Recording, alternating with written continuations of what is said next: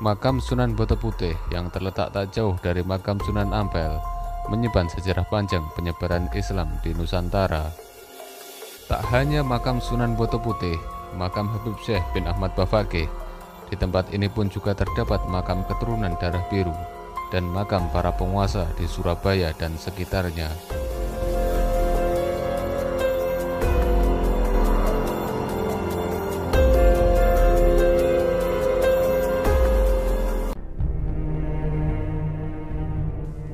Rantai silsilah para penguasa ini pun bersumber dari seorang tokoh besar penyebar Islam di wilayah Surabaya, yakni Pangeran Lanang Dangiran atau Sunan Boto Putih, putra dari Sunan Tawang Alun, Raja Blambangan.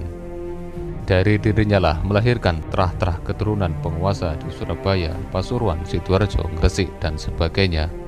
Menurut sejarah, Sunan Boto Putih memiliki 7 putra, yaitu Nyai Astro, Raden Honggojoyo, Nyai Danu Singopuro, Raden Honggowongso, Nyai Wongso Suto, dan Nyai Landu.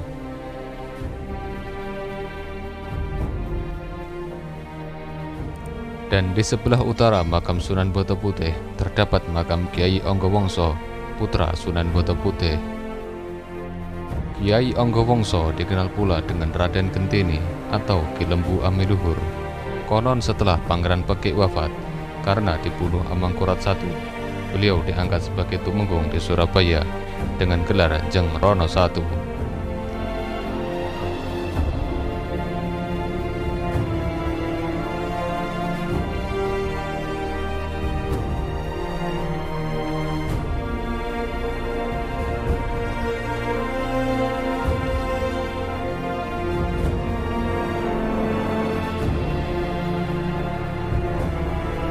Dan terdapat pula makam saudaranya, yaitu makam Kiai Onggojoyo yang dikenal pula dengan Raden Gentono atau Kiai Lanang Glangsing.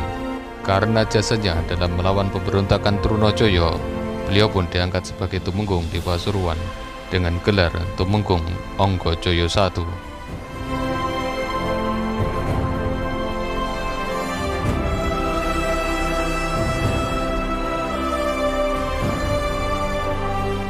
Dari kedua tokoh inilah melahirkan keturunan yang menjadi penguasa di daerah Surabaya, Pasuruan, dan sekitarnya.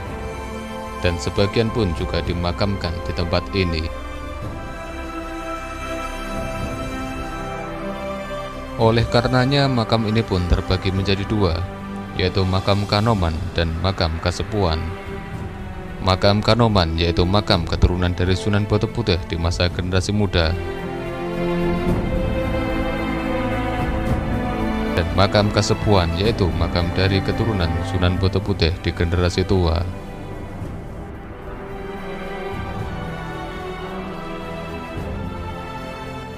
Dan tak hanya itu, terdapat pula makam Sultan Banten ke-17, yaitu Syekh Maulana Muhammad Saifuddin, Sultan terakhir dari Kesultanan Banten, dan beberapa makam penguasa lainnya.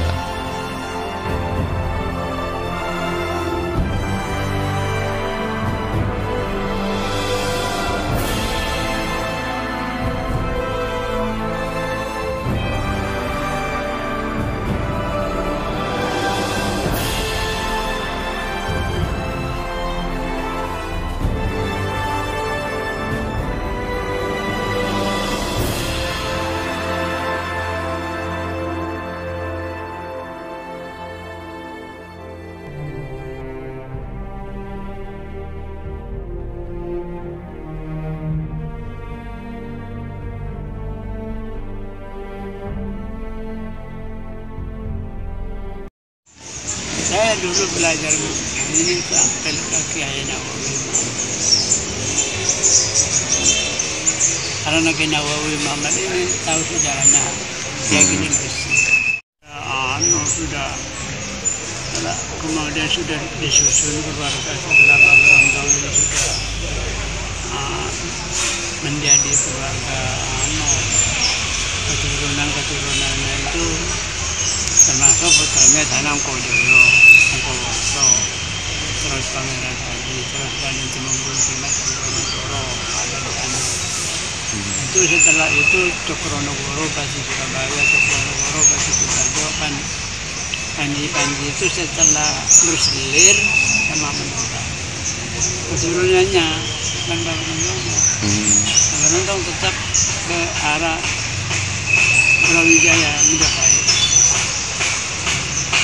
Cuman Islamnya hakiki. Dulu kan tak ada pelajaran pengalaman seperti sekarang.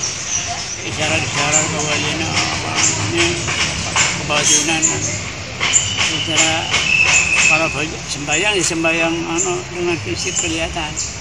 Kalau dulu mungkin sembahyangnya pokok ada ini kan ada tanda ini berarti sembahyang. Kalau semenjak Habib sini ke Ponorogo itu mengikut itu berguru itu harus sampai seperti ini bukan kalau dulu melalui Bantraguna yang sebelum ke Ponorogo yang 4. Nah, terus ke Ponorogo keempat itu berguru ke Habib. Setelah berguru karena ilmunya Habib sudah mengajarkan memang ajaran Rasulullah yang dibawa Habib itu yang sekarang seperti ini sekarang. Sejarahnya jasanya ke Ponorogo keempat, Bupati Surabaya. Itu semuanya itu dulu jadi pejabat yang mulai Ponorogo 1, 2, 3, 4 sampai 5 itu mengandalkan kesaktian dulu. Namanya Islam Kejawen. Islamnya Kejawen. Dulu kalau ada sakti andalannya yang penting juga sakti. Dan bisa jadi pejabat. Kalau ada kesaktian ilmunya yang bisa mempengaruhi apa. Sebagai seorang penguasa, mereka pun turut andil dalam proses penyebaran Islam di Surabaya dan sekitarnya, serta berjasa besar dalam memperjuangkan bangsa, meneruskan perjuangan dari leluhurnya.